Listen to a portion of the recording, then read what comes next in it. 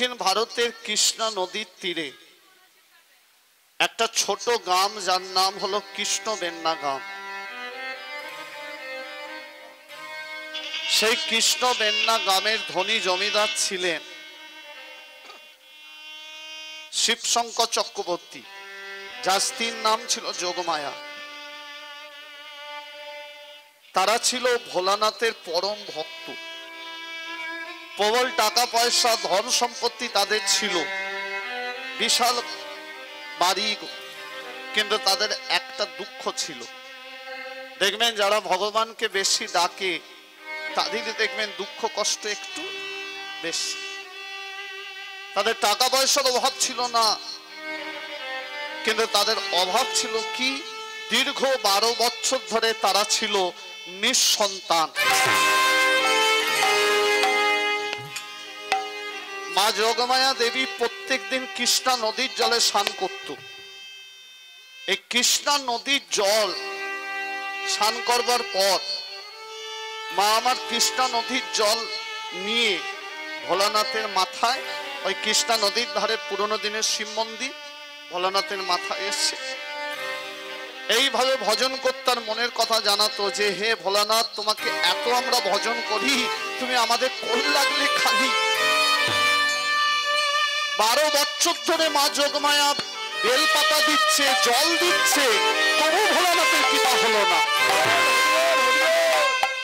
কিন্তু 12 বছর যেদিন পূর্ণ হলো সেদিন একটা অঘটন ঘটে গেল। কি অঘটন ঘটলো? ভোলানাথের আসন নড়ে গেল। এবার এদের ইচ্ছা পূর্ণ করতে হবে। কেন 12 বছর পর নড়ল আসন? মা যোগমায়া এতদিন ডেকেছে কৃষ্ণা নদীর জলে, কিন্তু এবার 12 বছর যেই পূর্ণ হলো, এবার আসল জল ভোলানাথের মাথায় দিল। আসল জল কি? ভগবান সব সহ্য করতে পারে, কিন্তু ভক্তের চোখের জল। মা যোগমায়া এতদিন তো কৃষ্ণা নদীর জল দিয়েছে, আর থাকতে পারলো না, চোখের জলে কাঁদতে কাঁদতে ভোলানাথকে ভিজিয়ে দিল। আর যেই ভোলানাথের চরণ ভিজে গেল, ভোলানাথের আসন গেল। মা আমার কাঁদতে কাঁদতে মনের কথা জানাচ্ছে, হে বাবা ভোলানাথ, হে বাবা নীলকণ্ঠ, আমরা আমাদের সেবার নিমিত্তে নয়, আমাদের তো বয়স হচ্ছে, আমরা তো চলে যাব, কিন্তু আমরা চলে গেলে কে তোমার পুজো করবে? একটা আমার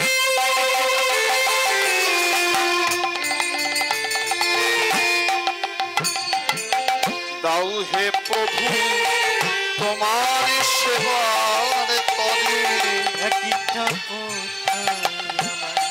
দাও হে প্রভু তোমার সেবারি তরে। যেদিন থাকিব না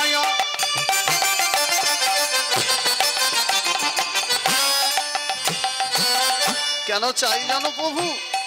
যেদিন থাকিব না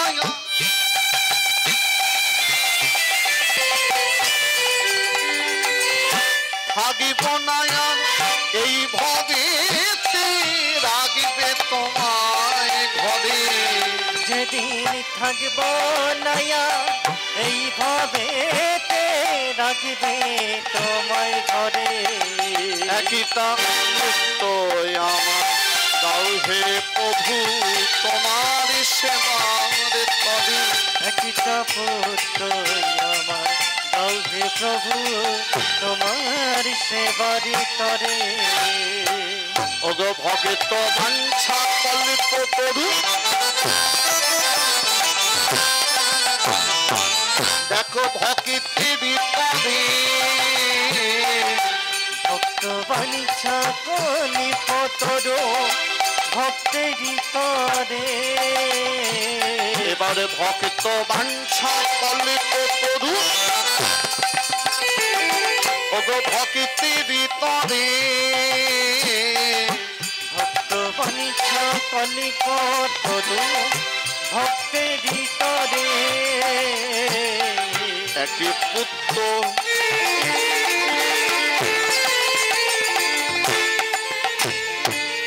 ভক্তমণ্ডলী ভক্তিমতী মায়েরা ইচ্ছা পূর্ণ হয়ে গেছে।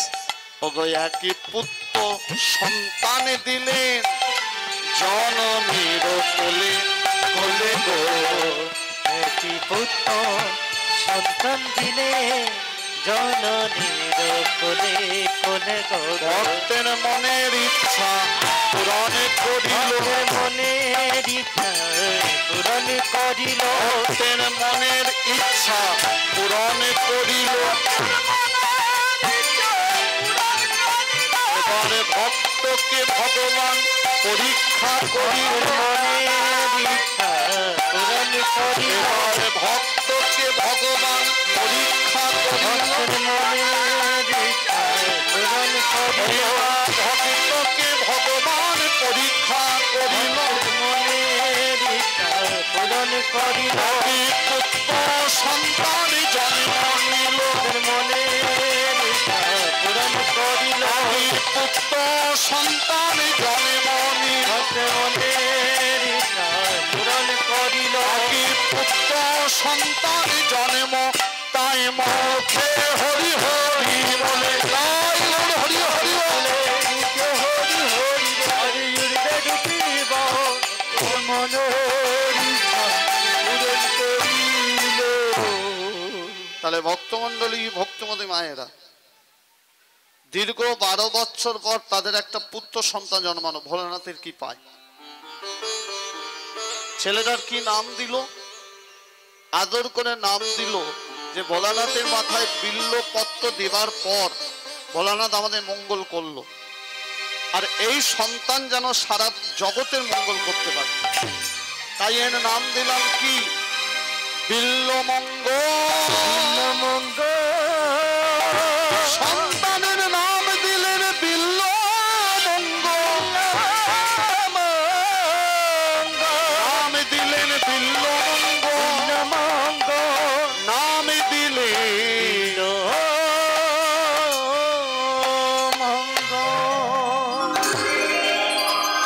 তাহলে ছেলেটার নাম দিল বিল্লমঙ্গল। দেখিতে দেখিতে দিন কাটিতে লাগিল,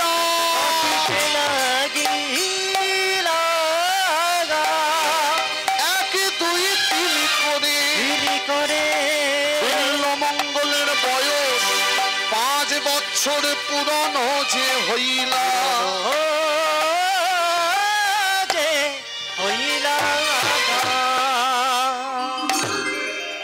ভক্তমণ্ডলী ভক্তমতী মায়েরা বিল্লমঙ্গল বয়স হলো 5 বছর পূর্ণ। দেখতে দেখতে বড় হচ্ছে, কিন্তু মা যোগমায়ের ইচ্ছা ছিল যে ছেলেটা জগতের মঙ্গল করবে, আমি নিজের চোখে দেখে যাব। কিন্তু ভগবানের এমন খেলা, ছেলেটা জগতের মঙ্গল করবে ঠিকই, কিন্তু মায়েরা চোখে দেখে যাওয়া হলো না। বিল্লমঙ্গলের বয়স যেই 5 বছর পড়ল, মা যোগমায়া বিল্লমঙ্গলকে রেখে ইহলোক ত্যাগ করে পরলোকে চলে গেল। একই তোমার লীলা, একই তোমার খেলা, একই তোমার খেলা, একই তোমার লীলা। ভক্তমণ্ডলী ভক্তমতী মায়েরা আস্তে কি করুন, কি বিরল দৃশ্য দেখুন। 5 বছরের ছেলেটা জানে না যে তার জীবন থেকে কি হারিয়ে গেল। মা যোগমায়াকে নিয়ে যাওয়া হচ্ছে শ্মশানে, বাচ্চা বিল্লমঙ্গলকে কোলে করে নিয়ে যাচ্ছে পিতা শিব শঙ্কর। চিতা সাজিয়ে চিতার উপর যোগমায়াকে তুলে দেওয়া হলো, চিতার তলায় যে আগুন ধরিয়ে দেওয়া হলো। বিল্লমঙ্গল কাঁদতে কাঁদতে চিৎকার করে বলে উঠল, বাবা আমার যে মা পুড়ে ছাই হয়ে যাচ্ছে। এই না মা বলে কেঁদে উঠেছে, সঙ্গে সঙ্গে পিতা শিব শঙ্কর বিল্লমঙ্গলকে বুকের মাঝে জড়িয়ে ধরেছে। কাঁদিস না বাবা, আজ থেকে তোর মা আমি তোর বাবা দাও দাও করে পুড়ে ছাই হয়ে গেল। কাঁদতে কাঁদতে বাবার করে ঘুমিয়ে পড়লো। মাস যায়, বছর যায়, ধীরে ধীরে বিল্লমঙ্গলের বয়স 8 বছরে পড়লো। ছেলেটা লেখাপড়া করে না, পড়াশোনা করে না, বন্ধু বান্ধবদের নিয়ে ঘোরে। এখন পিতা ছেলেটাকে মারতেও পাচ্ছে না, যতবার মারতে যায় ততবার হাত যায় থেমে। কেন বলুন তো? মা মরা ছেলে তো। এখন পিতা শিবশঙ্কর চিন্তা করলো, লেখাপড়া নাই বা হলো তাই বা কি? এইটাই হলো বিল্লমঙ্গলের জীবনের কাল। এই যে পিতা ভাবছে না নাই বা হলো তাই বা কি, যা টাকা পয়সা আমার আছে, আমি তো জমিদার, যা টাকা পয়সা আছে বিল্লমঙ্গল কেন, আরো 4 পুরুষ ভালো করে চলে যাবে, তাই ও যা করছে তাই করুক। তাই ধর্মপথে যাতে মতি আসে, সেই জন্য 9 বছর বয়সে বিল্লমঙ্গলের অঙ্গে দেয়া হলো কি? ব্রাহ্মণের ছেলে তো, আগেই বলেছি।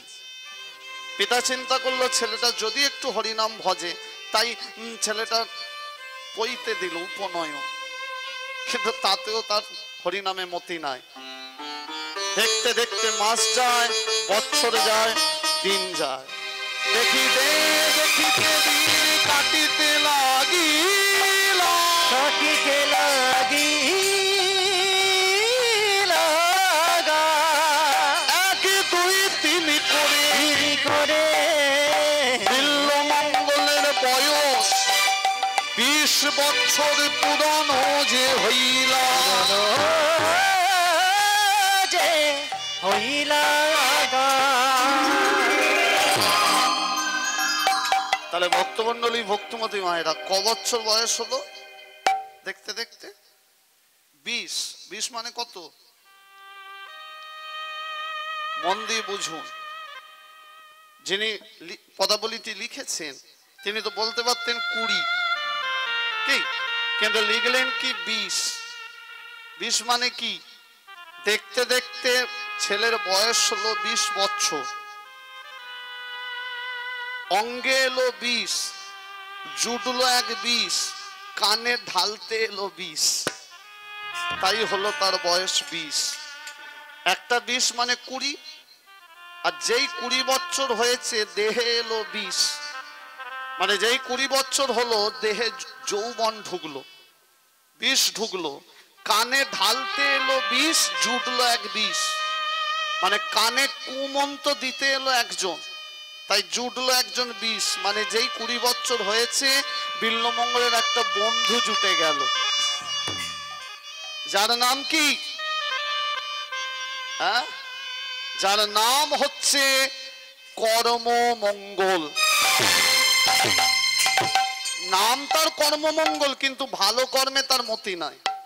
দেখবেন অনেক ছেলে মেয়ের কত নাম হয় না, কারোর নাম দেখবেন যুধিষ্ঠি, হয় না? যুধিষ্ঠি নাম রেখেছে যুধিষ্ঠি, কিন্তু জীবনে সত্যি কথা ধারে কাছে থাকে না। ঠিক। আবার কত মেয়ের নাম দেখবেন জ্যোৎস্না, আছে না? দেখবেন এমন তার গায়ের রং, দিনের বেলা পেট্রোলের টর্চ জ্বালতে হয়, কিন্তু নাম তার জ্যোৎস্না। এরও নাম কর্মমঙ্গল, কিন্তু ভালো কর্মে মতি নাই, শুধু চিন্তা করছে বিল্লমঙ্গল তো জমিদারের ছেলে, ওর কানে বিষ দিয়ে কিছু টাকা পয়সা আমি।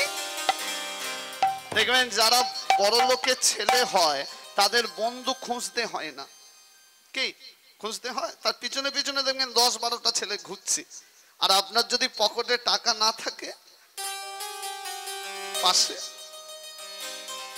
কি হয় না? তা বিল্লমঙ্গলের সঙ্গে জুটে গেল কর্মমঙ্গল। কর্মমঙ্গল একদিন সন্ধ্যেবেলায় বিল্লমঙ্গলকে যুক্তি দিচ্ছে, দেখুন কেমন বিষ ঢালছে, দেখুন। বলছে, এই বিল্ল বল কর্ম, আমি দেখতে পাচ্ছি অনেকদিন তোর সঙ্গে ঘুরছি, তো আমি দেখতে পাচ্ছি তোর অনেক টাকা পয়সা আছে, তোর এত বড় বাড়ি, কিন্তু তোর একটা জিনিস নেই। বিল্লমঙ্গল বলছে, কি নেই বলতো? বলে আমি তো তোর প্রিয় বন্ধু, আমি বুঝতে পেরেছি। তখন বিল্বমঙ্গল বলছে বলতো কি নেই আমার? তখন কর্মমঙ্গল বলছে আমার মনে হয় তোর মনে সুখ নেই। বিল্বমঙ্গল কাঁদতে কাঁদতে কর্মমঙ্গলকে জড়িয়ে ধরে বলছে কর্মমঙ্গল, তুই আমার প্রিয় বন্ধু, তুই আমার মনের কথাটা ঠিক বুঝেছিস। আরে যেদিন থেকে আমার জীবন থেকে আমার মা হারিয়ে গেছে, সেদিন থেকে আমার জীবনের সুখ সারা জীবনের মতো চলে গেছে। কখন কর্মমঙ্গল বলছে কাঁদিস না বিল্ল, সুখ চলে গেলে কি হবে? সুখকে আবার ফিরিয়ে আনা যায়। বিল্বমঙ্গল বলছে সুখ ফিরিয়ে আনা যায়? বলে হ্যাঁ আনা যায়, তার জন্য কিছু টাকা খরচ করতে হবে। সুখ পেতে চাস তো? তোকে এমন জায়গায় নিয়ে যাব যেখানে গেলে দুঃখ বলে কিছু নেই, চারিদিকে শুধু সুখ আর সুখ, কিন্তু সেখানে ঢুকতে গেলে কিছু টাকা খরচ আছে। বিল্বমঙ্গল তো জমিদারের ছেলে, টাকা পয়সা তো অভাব নেই। বিল্বমঙ্গল বলছে কত লাগবে শুধু বল, সুখ আমি কিনবো। বলছে তাহলে বেশ কিছু টাকা নিয়ে রাতের বেলা প্রস্তুত হয়ে থাকিস, আমি রাত্রি 12টার সময় তোকে নিয়ে যাব। রাত্রি 12টার সময় বিল্বমঙ্গলকে কর্মমঙ্গল কোথায় নিয়ে এলো জানেন? নদীর ওপারে। আমাদের মতো গণ্যমান্য সমাজ, শিক্ষিত সমাজ যেটাকে ঘৃণার চোখে দেখে, যার নাম হলো পতিতালয়। মানেটা কি? কর্মমঙ্গল চেয়েছিল বিল্বমঙ্গলকে পতিতাদের প্রেমে ফাঁসাবো। পতিতাদের দ্বারা, ও তো জমিদারের ছেলে, পতিতাদের হাত করব, পতিতাদের দ্বারা ওর টাকা পয়সা সব, ওরাও কিছু পাবে আর আমারও কিছু। কিন্তু ওই যে শাস্ত্রে লেখা আছে না, রাখে হরি মারে কে, মারে হরি রাখে কে। আরে যার, এই যে আমরা কথাই বলি না যে সবসময় দেখবেন কত মা বাবা দুঃখ করে যে আমার এত বাড়ি হচ্ছে, গাড়ি হচ্ছে, আমার পাশের বাড়ির লোকটা মনে হয় আমার ক্ষতি করছে, বলি না? কিন্তু শুনে নিন, যা আছে কপালে তাই হবে সকালে। কেউ যদি মনে করে ক্ষতি করবে, লক্ষ বছর চেষ্টা করলেও পারবে না। যদি আপনার কপালে সুখ না থাকে, কোথায় পাবেন? তা বিল্বমঙ্গলের কপালে তো সুখ, কর্মমঙ্গল কি ক্ষতি করবে? ভগবান যা করে তাই মঙ্গল। এনেছিল বিল্বমঙ্গলকে ফাঁসাতে, কিন্তু বিল্বমঙ্গল গোবিন্দের কৃপা পেয়ে গেল এই পতিতালয়ে আসার পরই। কেন? এই দীর্ঘদিন পতিতালয়ে আসা যাওয়ার ফলে বিল্বমঙ্গল এক পতিতার প্রেমে পাগল হয়ে গেল। সেই পতিতার নাম কি জানেন তো আপনারা? কিন্তু সে পতিতালয়ে থাকতো, এইটা আপনারা বোধহয় জানেন না। সেই পতিতা পতিতালয়ে থাকতো, কিন্তু পতিতাবৃত্তি করতো না। বুঝলেন কেন থাকতো? একটু পরে বলছি। পতিতার নাম কি? যার প্রেমে বিল্বমঙ্গল পাগল হয়ে গেল। গ্রন্থ কি বললো? নদী পারে একই পতিতা,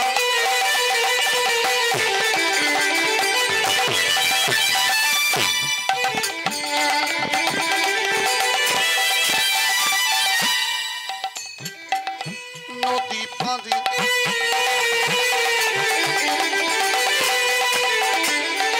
নদীর ওপারে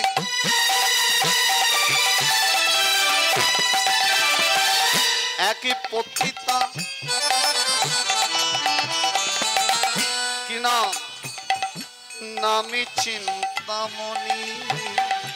নদী পারে একই পতিতা,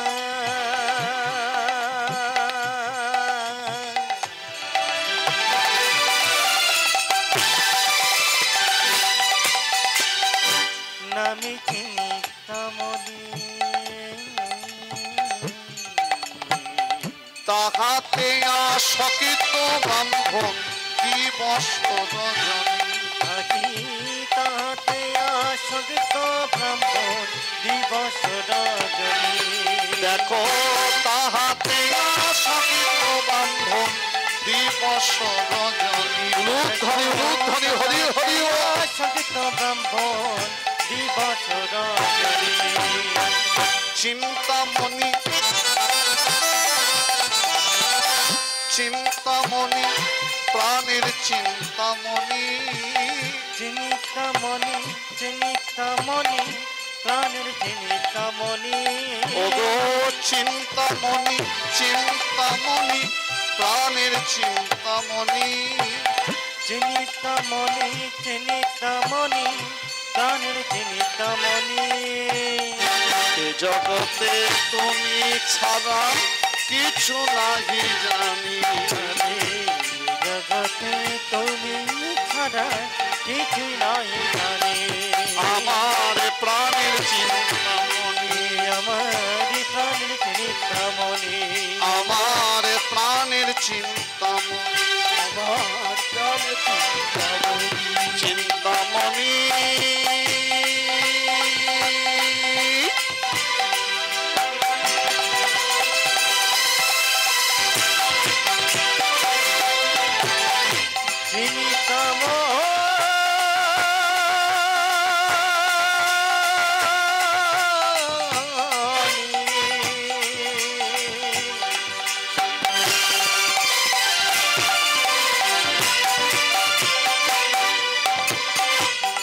চিন্তামণি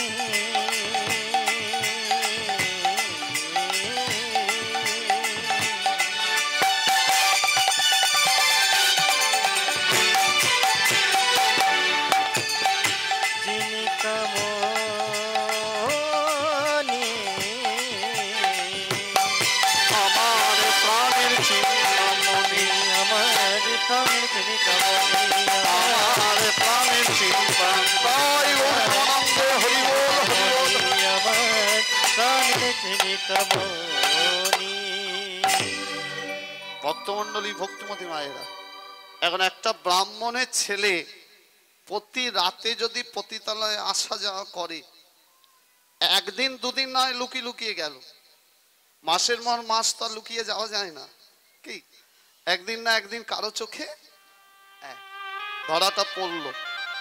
এখন চারিদিকে হই হই পড়ে গেল যে মঙ্গল হলো ব্রাহ্মণ ঘরের কুলাঙ্গার, রাতের অন্ধকারে পতিতালয়ে যায়। এখন এই কথাটা বাতাসে ভাসতে ভাসতে চিন্তামণির কানে গিয়ে ঢুকেছে। চিন্তামণি বিল্বমঙ্গলকে কি বলে ডাকতেন জানেন? চিন্তামণি বিল্বমঙ্গলকে ঠাকুর বলে ডাকত। একদিন রাতের বেলা বিল্বমঙ্গল এসেছে তার কুঞ্জে, চিন্তামণি কাঁদতে কাঁদতে করজোরে বলছে, ঠাকুর কাল থেকে তুমি এই অপবিত্র স্থানে আর এসো না। কেন চিন্তা? বলে লোকে যে তোমার নামে কুৎসা লটাচ্ছে, তুমি নাকি ব্রাহ্মণের কুলাঙ্গার, ব্রাহ্মণের কলঙ্ক। তখন বিল্বমঙ্গল হাসতে হাসতে বলছে, চিন্তা কানে দিয়েছি তুলো, পিঠে বেঁধেছি কুলো, কত কি লাভি? যাদের বলার স্বভাব বলবে আমার শোনার স্বভাব। দেখবেন মায়েরা বাবারা, আপনারা বাড়িতে যদি কোনো অনুষ্ঠান করেন, বিয়ে বাড়ি, অন্নপ্রাশন বাড়ি, কোনো যদি অনুষ্ঠান করেন, যাদের দেখবেন বলার স্বভাব, তারা আপনি হাজার রকম রাঁধবেন, তবু দেখবেন খাবার সময় খেয়ে দিয়ে দাঁতে কাটি দিয়ে বলবেন, দাদা সব ঠিক আছে, আমার মনে হলো চাটনিটা টক হয়ে গেছে। দেখবেন তাদের বলা স্বভাব বলবে আমার শোনা স্বভাব। কিন্তু বিল্বমঙ্গল বলছে, চিন্তা আমি তোমার কাছে আসি, সবাই ভাবছে তোমার আমার মধ্যে কোনো দৈহিক সম্পর্ক আছে, কিন্তু শুনে নিন জগৎবাসী, আমি আজ পর্যন্ত চিন্তামণির অঙ্গে স্পর্শ পর্যন্ত করিনি। দেখবেন মায়েরা বাবারা, অনেক মানুষ আছেন যারা এই বিল্বমঙ্গলের জীবনী নিয়ে কুৎসা লটায়। অনেকে বলে বিল্বমঙ্গল নেশা করত, মদ খেত, কোন শাস্ত্রে লেখা আছে? আবার অনেকে বলে বিল্বমঙ্গল চিন্তামণি দৈহিক সম্পর্ক ছিল না। বিল্বমঙ্গল কেন চিন্তামণির কাছে আসতো সেটা তো বুঝতে হবে। কি এবার মন দিয়ে এই জায়গাটা সবাই বুঝুন, কেন আসতো? চিন্তামণি এবার কাঁদতে কাঁদতে বলছে, ঠাকুর আমি দেখেছি তুমি যতবার আমার কাছে এসেছো দূরে বসে থাকো, কোনোদিন আমার কাছে আসো না। কেন? শুধু চোখের দেখা দেখো আর অঝর নয়নে কাঁদো বসে বসে, আর ভোর হবার আগেই ঘরে চলে যাও। কেন তুমি আমার কাছে আসো? তখন বিল্বমঙ্গল বলছে, চিন্তা আমি কেন আসি জানো? কেন ঠাকুর? কারণ তোমার জীবনী আর আমার জীবনী হলো এক। তাই আমি শুধু তোমাকে চোখের দেখা দেখি আর আমার মনটা একটু শান্তি পায়। কি এক ঠাকুর? তোমার জীবনী আর আমার জীবনী কোথায় এক? শুনবে চিন্তা, তোমার জীবনী যেমন দুঃখে ভরা, আমারও জীবন তেমন দুঃখে ভরা। এই যে আমি বলেছিলাম না, চিন্তামণি পতিতালয়ে থাকে কিন্তু পতিতাবৃত্তি করে না। বলেছিলাম না কেন পতিতালয়ে থাকে? এবার এই কারণটা শুনে নি, খুব মন দিয়ে শোনো। বিল্বমঙ্গল বলছে, চিন্তা তুমি তোমার জীবনের করুণ কাহিনী আমাকে একদিন বলেছিলে, প্রথম দিন সেই থেকে আমি তোমাকে ভালোবেসে ফেলেছি। এটা কিন্তু দৈহিক চাহিদা নয়, মনের শান্তির জন্য আসি। কি সেই জীবনী, কেন পতিতালয়ে থাকে শুনে নিন আপনারা। বিল্বমঙ্গল বলছে, চিন্তা আমি যেমন 5 বছর বয়সে আমার মাকে হারিয়েছি, তুমি তেমন 5 বছর বয়সে তোমার বাবাকে হারাও। এই কৃষ্ণা নদীর ধারে ছিল তোমাদের ছোট্ট কুঁড়ে ঘর। তোমার বাবা যখন 5 বছর বয়স, তোমার বাবা যখন মরে গেল, গ্রামের ব্রাহ্মণ সমাজ এসে তোমার মাকে বলছে যে স্বামী তো মারা গেছে, এবার যে তোমার স্বামীর সাথে তোমাকেও সতী হতে হবে। তখন তো স্বামী মারা গেলে স্ত্রীকেও একই চিতায়, যেটা রাজা রামমোহন রায় তুলে দিয়েছিল, যার নাম সতীদাহ প্রথা। এই চিন্তামণির মা চোখের জলে কাঁদছে, বলছে আমি চলে গেলে আমার এই বাচ্চা মেয়েটার কি হবে? বলে ওইসব তো আমরা জানি না, যেটা শাস্ত্রে লেখা আছে সেটা তো করতেই হবে পালন। জোর করে টানতে টানতে শ্মশানে নিয়ে যাওয়া হলো। তুমি সেদিন ব্রাহ্মণদের হাতে পায়ে ধরে কেঁদেছিলে যে আমার মাকে ছেড়ে দিই, মা ছাড়া আমার জগতে আর কেউ নয়। কেউ শোনে নে তোমার সেই কথা। জোর করে তোমার মায়ের হাতে পায়ে দড়ি বেঁধে একই চিতায় সতী করে দেওয়া হলো। দাও দাও করে পুড়ে ছাই হয়ে গেল তোমার মা। সবাই দাহ করে ঘরে চলে গেল। কারো এতটুকু হুঁশ হলো না যে এই বাচ্চা মেয়েটার কি হবে।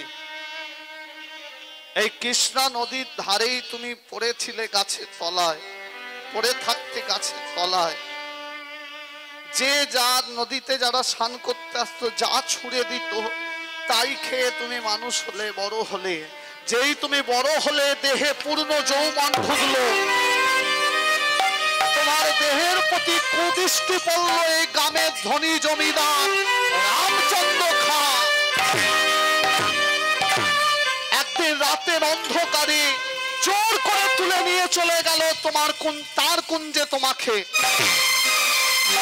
তুমি সেদিন জমিদারের হাতে ধরে পায়ে ধরে কেঁদেছিলে, জমিদার মশাই আপনার লোক বল আছে, টাকার বল আছে, তা বলে গরিব পিতৃহারা মাতৃহারা মেয়েটার এত বড় ক্ষতি করবেন না। কোনো কথা শুনেননি জমিদার মশাই। তার নিষ্ঠুর থাবাটা, হিংস্র থাবাটা বসিয়ে দিয়েছিল তোমার অঙ্গে। সেই দুঃখে ভোরবেলা সবাই ঘুমাচ্ছে, কিন্তু চিন্তামণির চোখে ঘুম নাই। বেরোচ্ছে কুঞ্জ থেকে, জমিদারের কুঞ্জ থেকে, চলে গেল নদীর ধারে। মনে মনে চিন্তা করলো, আমার যে ক্ষতি হলো, এই মুখ আমি কাকে দেখাবো? এই কৃষ্ণা নদীর জলে ঝাঁপ দিয়ে আমি আত্মহত্যা করব। ভোরবেলায় সবাই যখন ঘুমাচ্ছে, চিন্তা তুমি আত্মহত্যা করবে বলে নদীর জলে ঝাঁপ দেওয়ার জন্য ছুটে যাচ্ছ। যেই না তুমি ঝাঁপ দিতে যাবে, পিছন দিক থেকে এসে ঝাঁপতে ধরল পতিতারা। দেখলেন কেন পতিতালয়ে চিন্তামণি থাকে? দেখুন, পতিতারা প্রত্যেক দিন ভোরবেলায় তাদের কর্ম শেষ করে তারা প্রত্যেক দিন ভোরবেলায় কৃষ্ণা নদীর জলে স্নান করে পবিত্র হতে যেত। এই কৃষ্ণা নদীকে বলা হয় দক্ষিণ ভারতের গঙ্গা, এত পবিত্র তার জল। তা পতিতারা ভোরবেলা স্নান করতে যাচ্ছে, দেখছে একটা মেয়ে কাঁদতে কাঁদতে নদীতে ঝাঁপ দিতে যাচ্ছে, পিছন দিক থেকে ঝাঁপতে ধরেছে। কেন তুমি মরতে যাচ্ছ মা? সেদিন চিন্তামণি তার করুণ কাহিনী বলেছিল যে কিভাবে জমিদার তার ক্ষতি করেছে। সেই কাহিনী শুনে পতিতারা করজোড়ে বলেছিল, চিন্তা তোমার নাই চিন্তা, তুমি আমাদের কুঞ্জে থাকো, তুমি আমাদের পতিতালয়ে থাকবে, আমাদের অন্ন খেয়ে তুমি লালিত পালিত হবে, কিন্তু তোমাকে পতিতা বৃত্তি করতে হবে না। সেই থেকে চিন্তামণি পতিতালয়ে থাকে, কিন্তু পতিতা বৃত্তি করে না। এই হলো তার জীবনের করুণ কাহিনী। তাহলে চিন্তামণি যেমন জীবনী দুঃখের ভরা, বিল্বমঙ্গলের জীবনও তেমন। ওই জন্যে বিল্বমঙ্গল চিন্তার কাছে আসে শুধু মনের শান্তির জন্যে। হঠাৎ যখন এইভাবে কথা বলছে, এমন সময় কর্মমঙ্গল এসে খবর দিল, বিল্ল একটা দুঃখের খবর আছে। কি দুঃখের খবর? তোর পিতা শিব শঙ্কর মারা গেছে। বিল্বমঙ্গল কাঁদতে কাঁদতে বলল, চিন্তা বাল্যকালে আমি আমার মাকে হারিয়েছি, এখন আমার বাবাও আমার থেকে চলে আমার যে আপন বলতে তুমি ছাড়া আর কেউ রইলে না। চিন্তা কাঁদতে কাঁদতে বলছে, ঠাকুর আর কেঁদো না, যাও ঘরে যাও, পিতার দেহের সৎকার করো, আর তোমার হাতে ধরে পায়ে ধরে নিবেদন করি, পিতার কর্মকার্য সাধ্য ক্রিয়া শেষ হয়ে যাবার পর তারপরেই অপবিত্র স্থানে এসো, যাও চলে যাও। বিল্বমঙ্গল বলছে, চিন্তা আসবো না, কথা দিতে পারছি না, তবে একটা কথা তোমায় বলি চিন্তা, যদি ভুল করে এসো যায়, তুমি আমাকে যেন তাড়িয়ে দিও না। যাও ঠাকুর যাও। বিল্বমঙ্গল ঘরে এলো, পিতার মুখাগ্নি নিজের হাতে করলো, অসুচ পালন করলো, ঘাতক ক্রিয়া শেষ। শ্রাদ্ধের দিন সন্ধ্যা বেলায় মনে পড়ে গেল বিল্বমঙ্গলের চিন্তামণির কথা। চিন্তামণি চিন্তামণি চিন্তামণি চিন্তামণি, কেন চিন্তামণির কথা মনে পড়লো? তবে কি চিন্তামণির কিছু বিপদ ঘটল? আর এখানে থাকা যাবে না, চিন্তামণির কাছে যেতেই হবে। সন্ধ্যা হয়ে গেছে, ঘুট ঘুট অন্ধকার আসছে। জগৎ চিন্তামণি চিন্তা করলো, তুই কি করে যাস আমিও দেখছি। চিন্তামণি চিন্তামণি বলিয়া বিল্বমঙ্গল নদী তীরে ধাইলা, কাকা চিন্তামণি বলি বলে ডাকিতে লাগিলা। চিন্তামণি চিন্তামণি চিন্তামণি চিন্তামণি তীরে এসেছে, আমি ওপারে যাব। কিন্তু জগৎ চিন্তামণি কি শুরু করলো, যাতে মুষলধারে বৃষ্টি, প্রবল বেগে ঝড় বইছে, কি করে যাব? নৌকা নেই, মাঝি নেই, কেউ কোথাও নেই, চারিদিকে শুধু চিৎকার, বাঁচাও বাঁচাও বাঁচাও। বিল্লমঙ্গল চিন্তা করছে কি করে যাব, নৌকা নেই, মাঝি নেই। হে জগৎ চিন্তামণি, তুমি আমাকে কিছুতে আটকে রাখতে পারবে না। নৌকা নেই তো কি হয়েছে, আমি সাঁতার কাটতে কাটতে যাব চিন্তামণির কাছে। ঝাঁপ দিল উত্তাল তরঙ্গে, হয়ে গেল। ও আপনারা কি ভাবলেন এখানে কথা বলছি? ওইখানে ঝড় বৃষ্টি শুরু হলো। কেন? পরীক্ষা করছে যে কি করে যাস। ঝাঁপ দিল উত্তাল তরঙ্গের জলে, সাঁতার কাটতে কাটতে নদী পারে যাইতে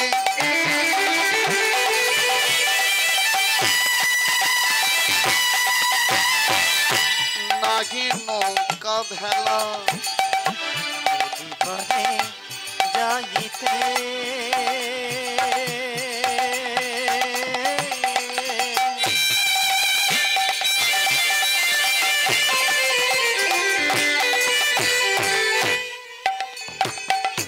নাহি নৌকা ভেলা, প্রেম তরুণীতে পড়ি জলে ঝাঁপ দিলাম। ও সে প্রেম তরণীতে পড়ি জলে ঝাঁপিয়ে দিলাম। ও সে প্রেম তরুণীতে পড়ি জলে ঝাঁপি সাঁতার ও সে প্রেম তরণীতে পড়ি জলে ঝাঁপিয়ে দিলাম। সাঁতার কাটতে কাটতে যাচ্ছে, এত কষ্ট এত দুঃখ, কিন্তু মুখে তবু চিন্তামণি চিন্তামণি, প্রাণের চিন্তামণি। চিন্তামণি চিন্তামণি, প্রাণের চিন্তামণি। ওগো চিন্তামণি চিন্তামণি, প্রাণের চিন্তামণি। চিন্তামণি চিন্তামণি, প্রাণের চিন্তামণি। তোমার নামের মালা পইরা গলে, ভাই সব দিলাম দেহ খানি।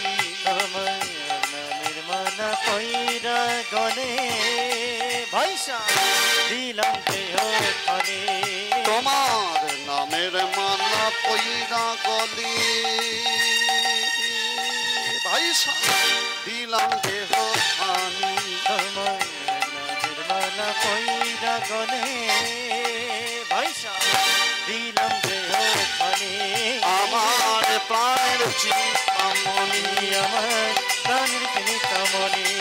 আমার প্রাণের চিন্তামণি, আমার প্রাণের চিন্তামণি। আমার প্রাণের চিন্তাই গৌতমানন্দে হরি বল হরি বল। আমার প্রাণের চিন্তামণি। এখন দেখুন মায়েরা বাবারা, সাঁতার কাটতে কাটতে যাচ্ছে, কিন্তু এত ঝড় বইছে, নদীর তরঙ্গ এত তীব্র তরঙ্গ, এক হাত এগোয় দু হাত লড়তে পারে, হেরে যাচ্ছে বিল্লমঙ্গল। এখন হাঁপিয়ে যাচ্ছে। এখন জগৎ চিন্তামণি চিন্তা করছে, এ যা হাঁপিয়ে যাচ্ছে, এতে এবার মরে যাবে। আর বিল্লমঙ্গল যদি মরে যায়, তাহলে কৃষ্ণ প্রেম কি জিনিস জগৎ তো জানতে পারবে না। তাই বিল্লমঙ্গল যাতে বাঁচতে পারে, সেই জন্যে জগৎ চিন্তামণি একটা বস্তু নিয়ে নদীর জলে ভাসিয়ে দিল, যাতে সেইটা ধরে যেতে পারে, যাতে বাঁচতে পারে। আর বিল্লমঙ্গল দেখছে কি যেন একটা ভাসতে ভাসতে আসছে না,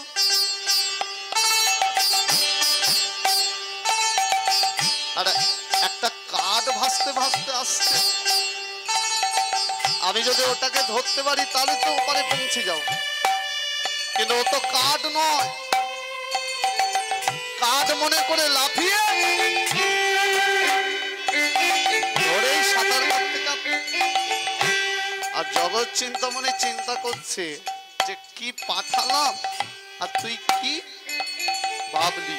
সাঁতার কাটতে কাটতে এত কষ্ট এত দুঃখ, কিন্তু মুখে কি বলছে? পারে করো গো পারের চিন্তা মন, পারে করো, পারে করো, পারে করো, পারে করো, পারে করো গো পারের চিন্তা মন, পারে করো, পারে করো, পারে করো, পারে করো, চিন্তামণি চিন্তামণি, চিন্তামণি চিন্তামণি, পারে করো গো পারের চিন্তা মন। সাঁতার কাটতে কাটতে পারে করো, পারে করো, পারে করো, পারে করো, পারে করো, পারে করো, পারে করো, পারে করো। এখন নদীর ধারে এসেছে, এসে মনে মনে চিন্তা করছে যা ঝড় বইছে এত সহজে তো থামবে না, তাহলে আবার তো ঘরে ফিরতে হবে, যেটা ধরে এসেছি এটা ধরেই বাড়ি ফিরবে।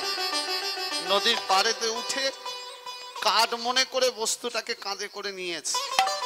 এখন নদীর ধারে একটা গাছ ছিল, গাছের গোড়া রেখে বলছে একটু থাক বাবা, আমি চিন্তাকে দেখে আসি।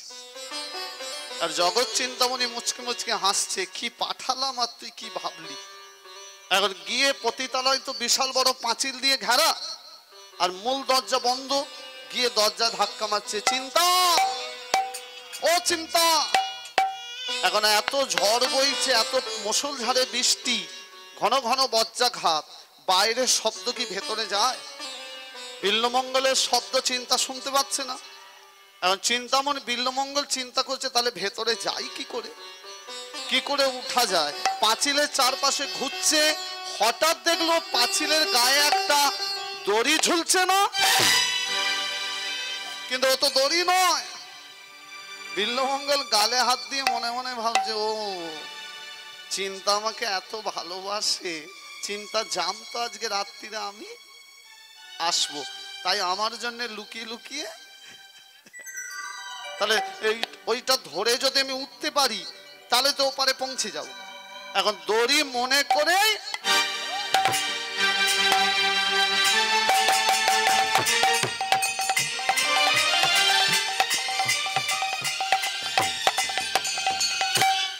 পাঁচিলের মাথায় বসেছি, পাঁচিলের দু পিঠ থাকে, এ পিঠ আর, তাহলে এপারে উঠবার জন্য যদি দড়ি টাঙাতে পারে, ঝোলাতে পারে, তাহলে ওপারে নামবার জন্য মই রাখতে পারে।